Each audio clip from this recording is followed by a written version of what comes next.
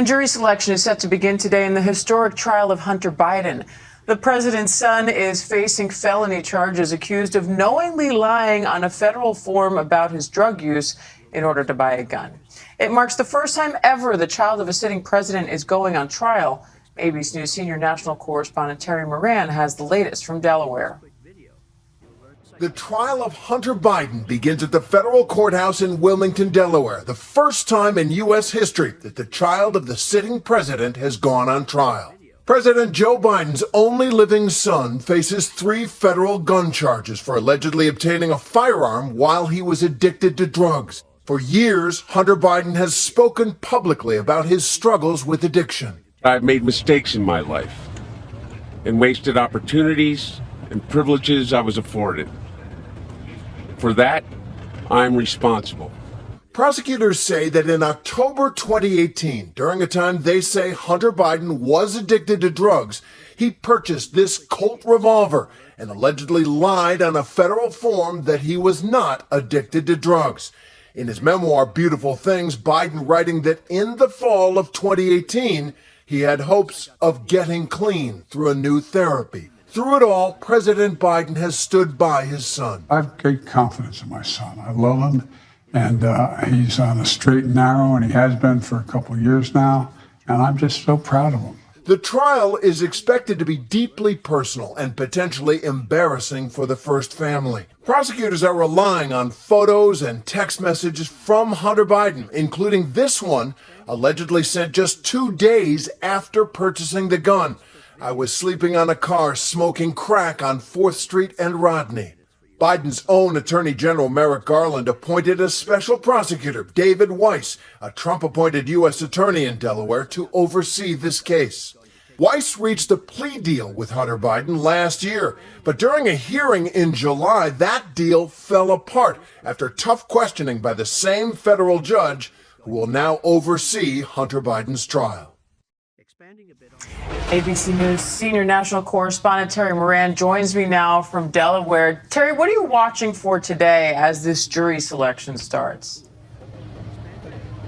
Well, Diane, first, how the jurors respond to this case, and they will know the nature of it. Not only is Hunter Biden, the president's son, there in the dock at the defendant's table, but First Lady Jill Biden has arrived today as well shortly after to stand by her son in this moment of trial. But also, inevitably, lawyers will be interested in the politics of jurors. Obviously, this case is not about politics, but given it's the president's son, given our polarized politics, they want to know about that. But I think they will more deeply want to know about jurors' attitudes about addiction and personal responsibility. There's hardly an American family that hasn't been touched by the scourge of drug addiction.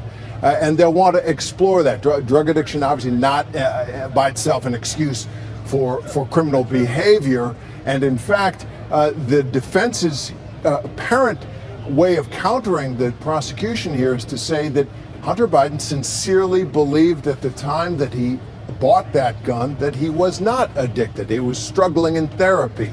We'll see how that goes down. But I think that's the major issue in the case for the jurors. And lawyers today will want to explore how these jurors think about those things. And Terry, Hunter Biden's also facing federal charges in California for allegedly evading taxes. That trial is set for the fall. How big is this to be seeing for the first time in U.S. history a sitting president's son facing trial now for the first time with another one on the horizon? And how is this all expected to impact the president's reelection campaign? Well, absolutely. The fact that this is coming during an election year, this and the trial scheduled really in the heart of the election campaign in the fall, that is unprecedented and will be a factor in the election if the Republicans have anything to say about it. This case obviously is a sad and sordid tale of drug addiction and its consequences for the Biden family. It's that other case, the federal tax evasion case, that Republicans have been focused more on because it gets at the source of Hunter Biden's money. And that is where Republicans argue there is corruption in the Biden family, corruption that may even reach the president. So expect to hear more about that, but they're going to try and make hay with all of these personal and political problems for the president.